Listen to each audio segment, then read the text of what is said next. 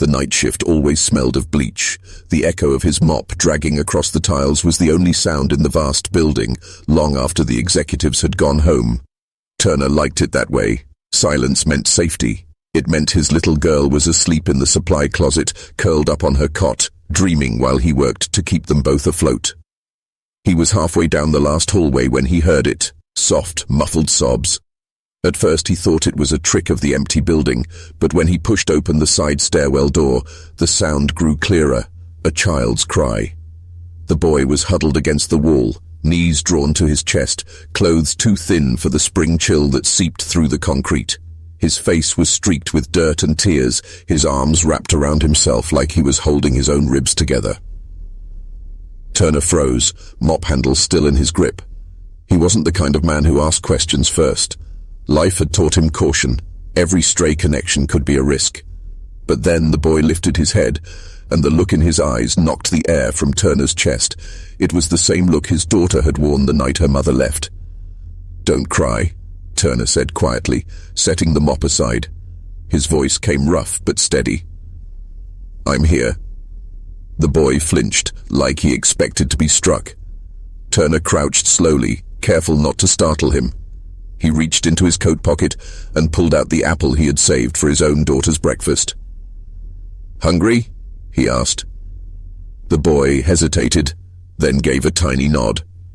By the time Turner's little girl came rubbing her eyes into the hallway, the boy was chewing silently, the first real food he'd had in days.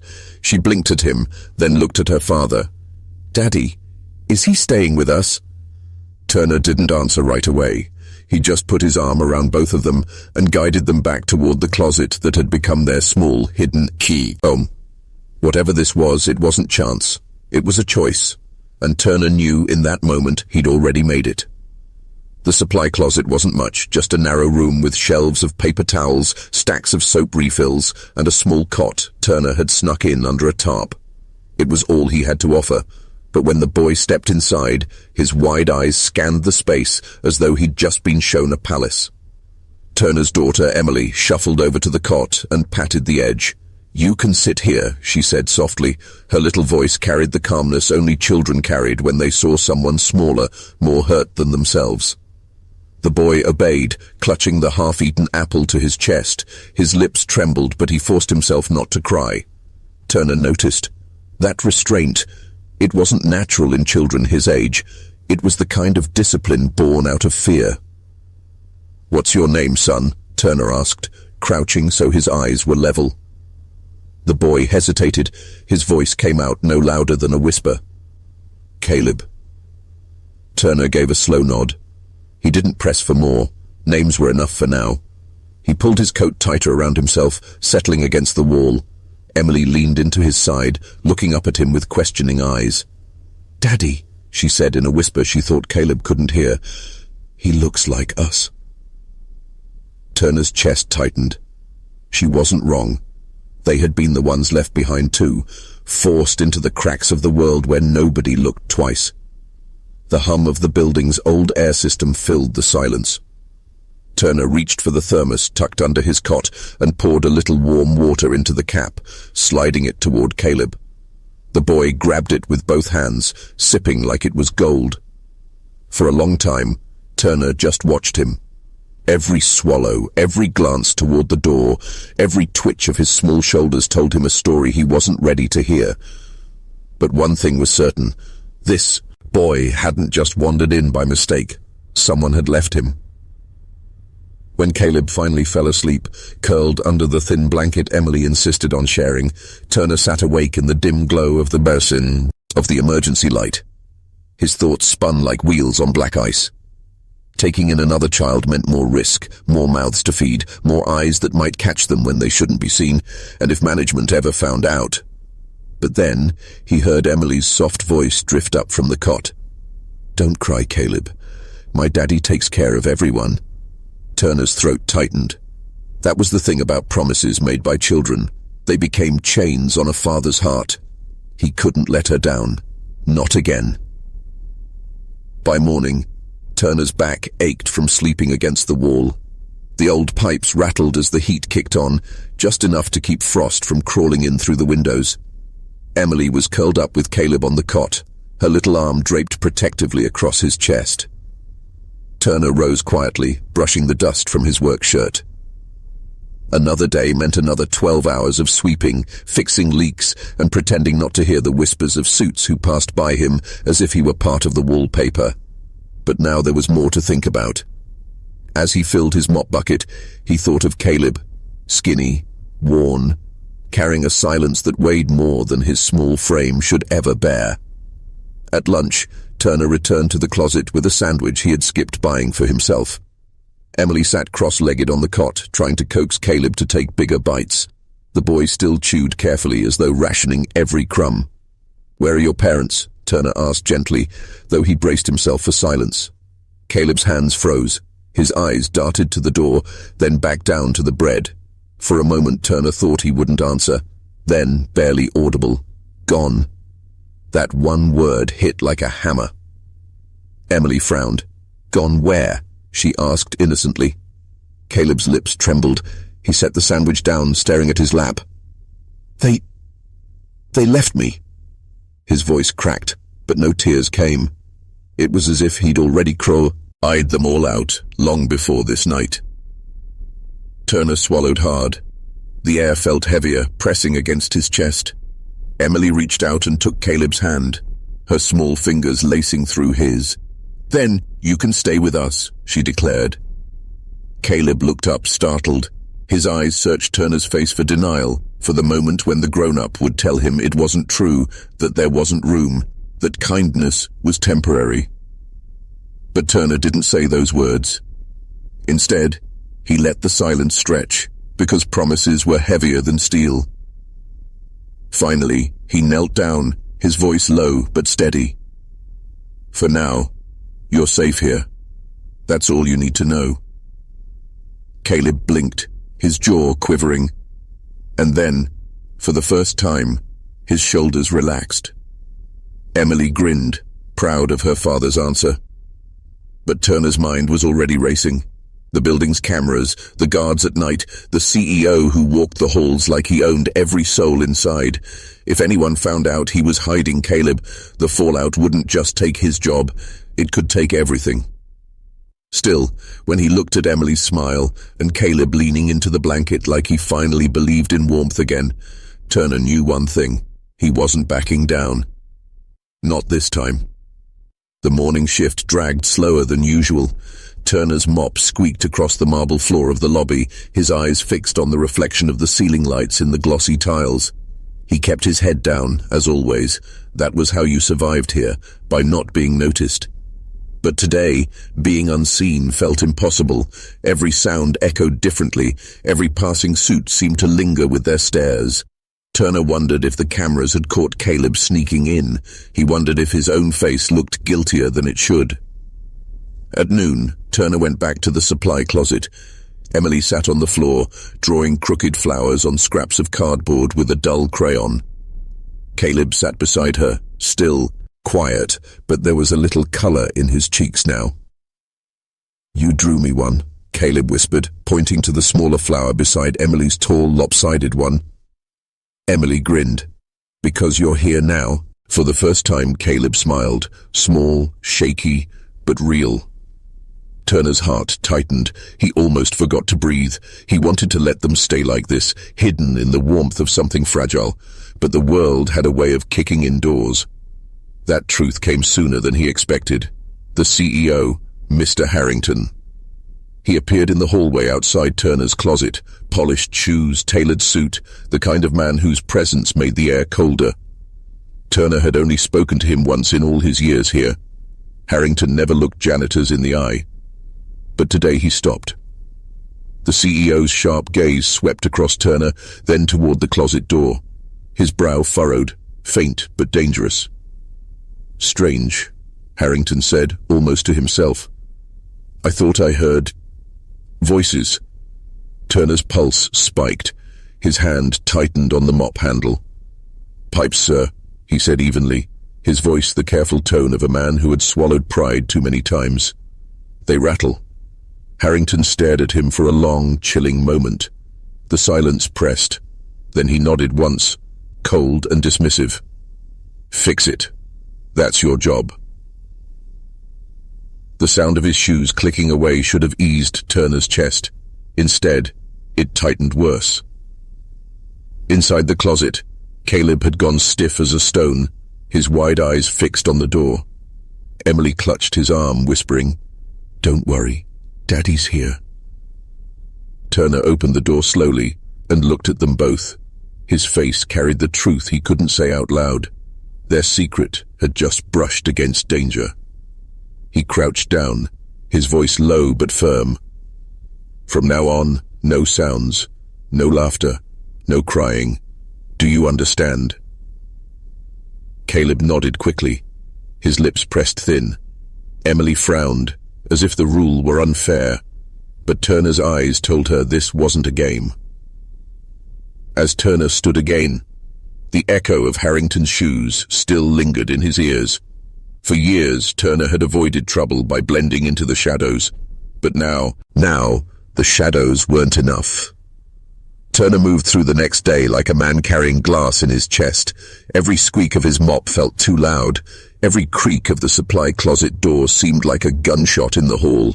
He had lived his life quietly without ripples, but Caleb's presence had already turned still water into troubled waves.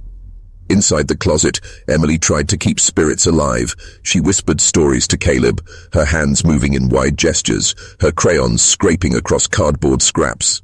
Caleb listened, his eyes flicking toward the door whenever footsteps passed, but for the first time in who knows how long, he didn't look ready to run. By evening, Turner slipped back with a paper bag, sandwiches, an apple cut into neat slices, and a thermos of soup he'd bought instead of his own dinner. Caleb hesitated, but when Emily offered him the first bite, he ate. "You'll get strong again," Emily told him, her voice full of certainty. Turner almost smiled, but the weight in his stomach pulled him back. He couldn't ignore the truth. The CEO had noticed something. Harrington didn't make casual remarks. If suspicion had brushed across his mind once, it would sharpen the next time. That night, as Turner mopped the executive floor, the sharp sound of Harrington's voice froze him in place.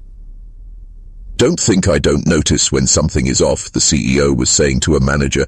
"There's chatter, whispers. Someone in this building is hiding something." The manager stammered an agreement.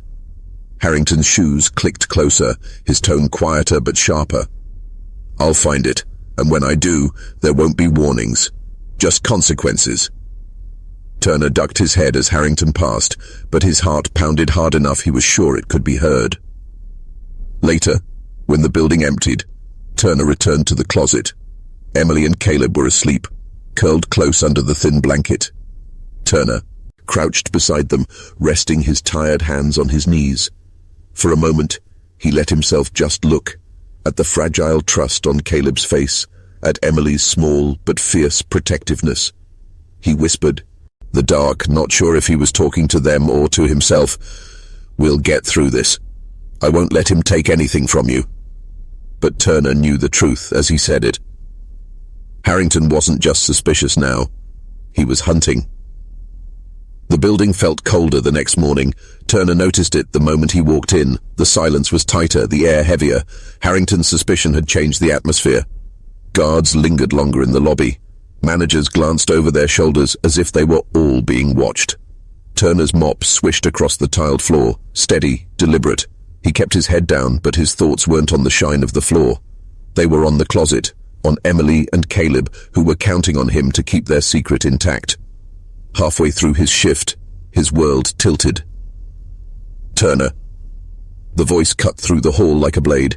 He looked up and saw Harrington himself standing there, hands behind his back, his sharp suit catching the light. Few men in the city had more power than him, and Harrington wore that power like armor. "Yes, sir," Turner said, his grip tightening on the mop handle. Harrington studied him, eyes narrow. "You've been here, what, 7 years?" "8, Turner corrected quietly. 8, Harrington repeated as though testing the weight of the word. 8 years and not a single complaint. Always quiet, always invisible. Funny then that lately you seem distracted." Turner's jaw tightened, but he kept his voice level. "I do my work, sir. Same as always." Harrington stepped closer. His cologne was sharp, expensive, suffocating. "I heard something yesterday. Voices from your closet." Turner's stomach turned to stone. "Pipes, sir," he said evenly, just as before. "They rattle. You mentioned it yourself." Harrington's lips curled, not into a smile, but into something colder. Yes, pipes." He leaned in slightly. "See, Turner, the thing about pipes is, they don't whisper, they don't laugh, they don't cry." The words struck like nails being driven in. Turner's grip tightened until the mop handle creaked. For a long moment, neither man moved. Then Harrington straightened, adjusting his cufflinks with calm precision. "You've been useful here, but I'll warn you once. Whatever you're hiding, if it threatens my building, my reputation, or my money." He let the pause drag, his gaze slicing through Turner. "I will bury it, and you with it." With that, he walked away, leaving the echo of his footsteps heavy in the air. Turner's hands shook, but not from fear alone. Something harder, deeper, was rising in his chest. He had been threatened before, by poverty, by hunger, by men with too much power. But this time, someone else's life was on the line. As he returned to the closet that night, Emily and Caleb looked up at him with quiet trust. Turner knelt, brushing Emily's hair back gently, then meeting Caleb's wary eyes. "They're watching us," he whispered, "but we don't run, we don't break, we stay quiet, we stay strong." Caleb nodded, his lips pressed thin, but Turner saw the flicker of fear in his eyes. He also saw something else. Hope. For the first time, Turner allowed himself a dangerous thought. If Harrington wanted a fight, he'd chosen the wrong man to corner. The next evening, Turner moved through the halls with the sharp awareness of a hunted man. He felt eyes on him even when no one was there. The guards lingered longer near his floor, their boots heavy on the marble, their radios hissing.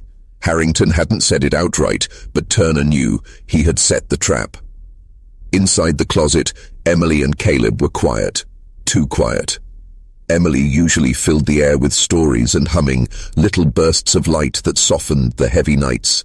But tonight she sat with her chin propped on her knees. "What? Ching, Caleb." Caleb's small hands were fidgeting, his eyes darting toward the crack of the door. His voice was low when he finally spoke. "He's looking for me, isn't he?" Turner froze. It wasn't a question so much as a certainty. Emily leaned closer. "Who's looking for you?" she asked gently. Caleb's lips pressed together. His whole body tensed, like words themselves could hurt him. Then he whispered, "The man in the suit, the one everyone's afraid of." Turner's stomach sank. "Harrington." Caleb's next words cracked something in Turner's chest. "I heard him. I know that voice. He was at the place I ran from." Turner crouched down, his large hands resting on his knees so he didn't look so imposing. "Caleb, did he hurt you?" The boy's eyes darted, then dropped to the floor. He didn't answer directly, but his silence screamed enough. Emily reached out, taking Caleb's hand. "You don't have to tell us everything," she said with a stubborn gentleness far older than her years. "But you're safe here. Daddy won't let him touch you again." Turner's throat tightened.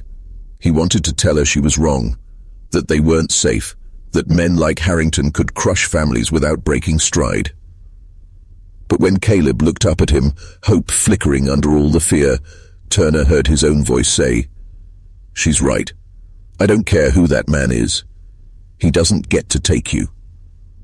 The words hung heavy in the air, stronger than he meant them to be.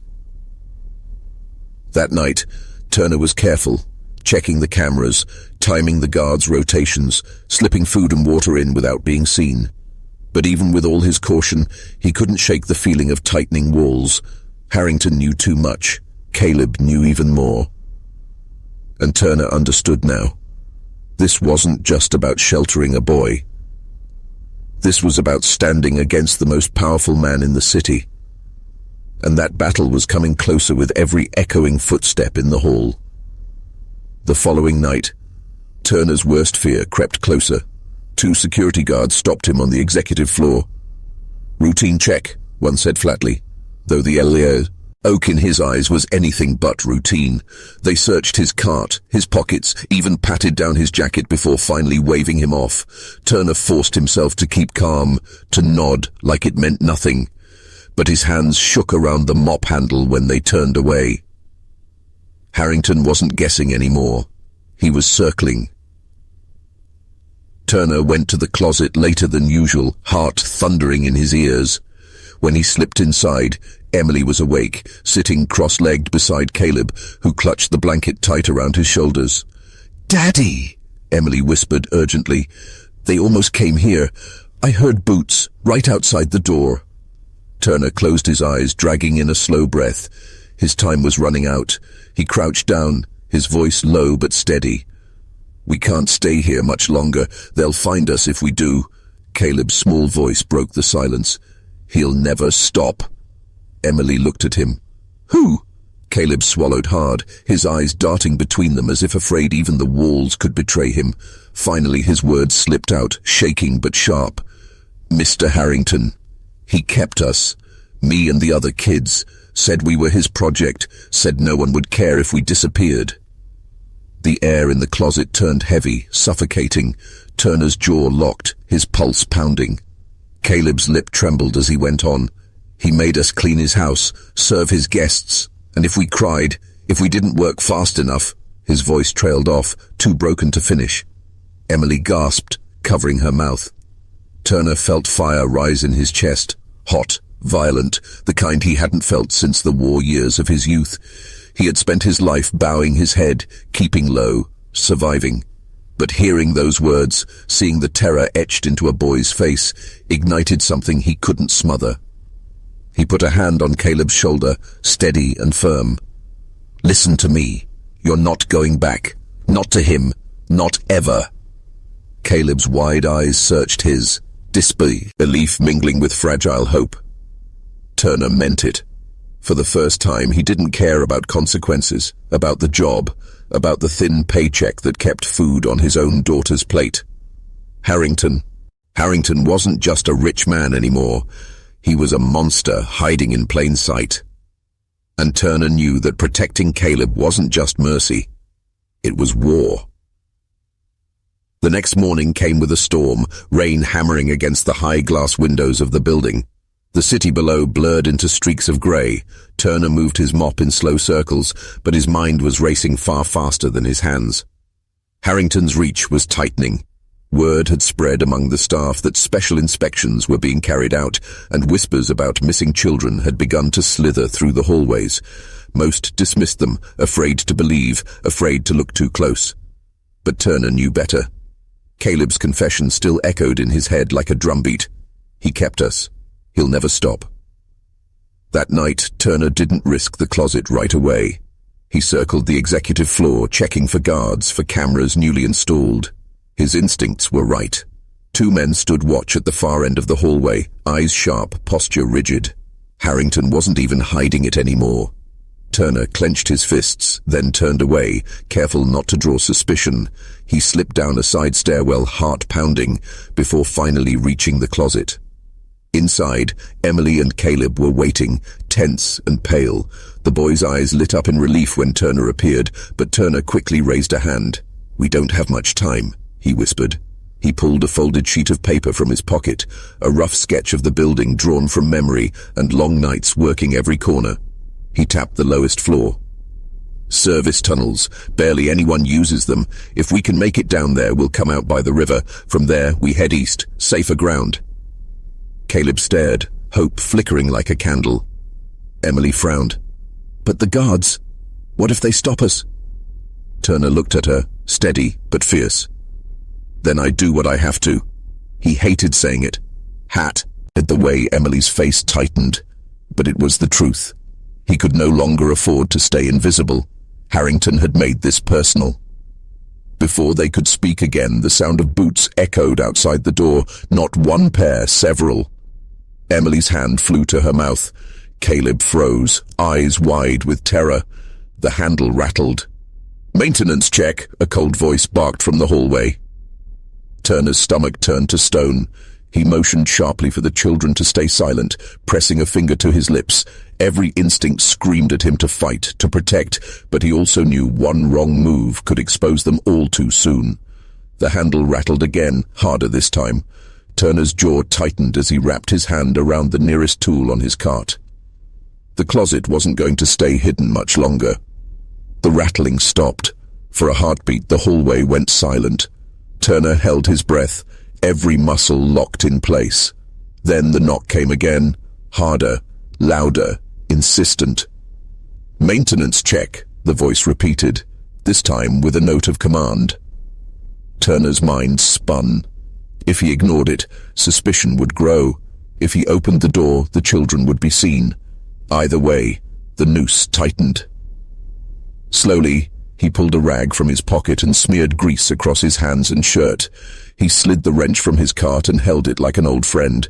Then, with a calm he didn't feel, he opened the door just a crack. Two guards stood there, rain dripping from their coats, eyes sharp. One shoved his boot into the doorway before Turner could speak. "You've been spending a lot of time on this floor," the guard said flatly. Turner forced a weary smile, leaning on the cart as if bone-tired. Floors don't mop themselves. The guard's eyes narrowed. His partner scanned the tiny closet, gaze lingering on the stacked supplies, the shadows. Turner shifted subtly, blocking the view of the far corner. Here, Emily and Caleb crouched behind the mop bucket. "Orders are orders," the first guard snapped. "Step aside." Turner's grip tightened on the wrench hidden by his leg. He could feel Emily's fear.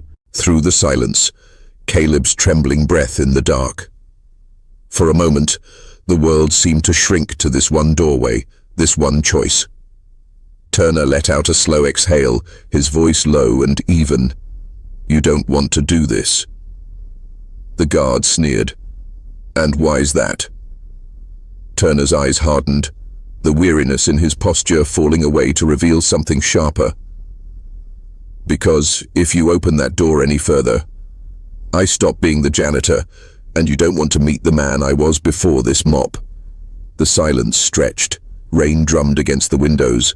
The guard's partner shifted uneasily. His gaze flicked to Turner's scarred hands, the steady grip on the wrench, the cold fire in his eyes. Something passed between them. Recognition, hesitation, doubt. Finally, the second guard muttered, "Come on, it's just a janitor." The first guard scowled but stepped back, boot withdrawing. "We'll be back, and next time, no excuses." The two men walked off, their footsteps fading into the storm. Turner shut the door quickly, back pressed against it as his chest heaved. Emily rushed forward, clutching his arm. Caleb stared at him like he was something more than human. Turner swallowed hard, forcing himself to steady. "We move tonight," he said, "before Harrington sends men who won't walk away." The children nodded, fear and trust tangled together. And in that dim closet, with the storm raging above, Turner knew there was no turning back.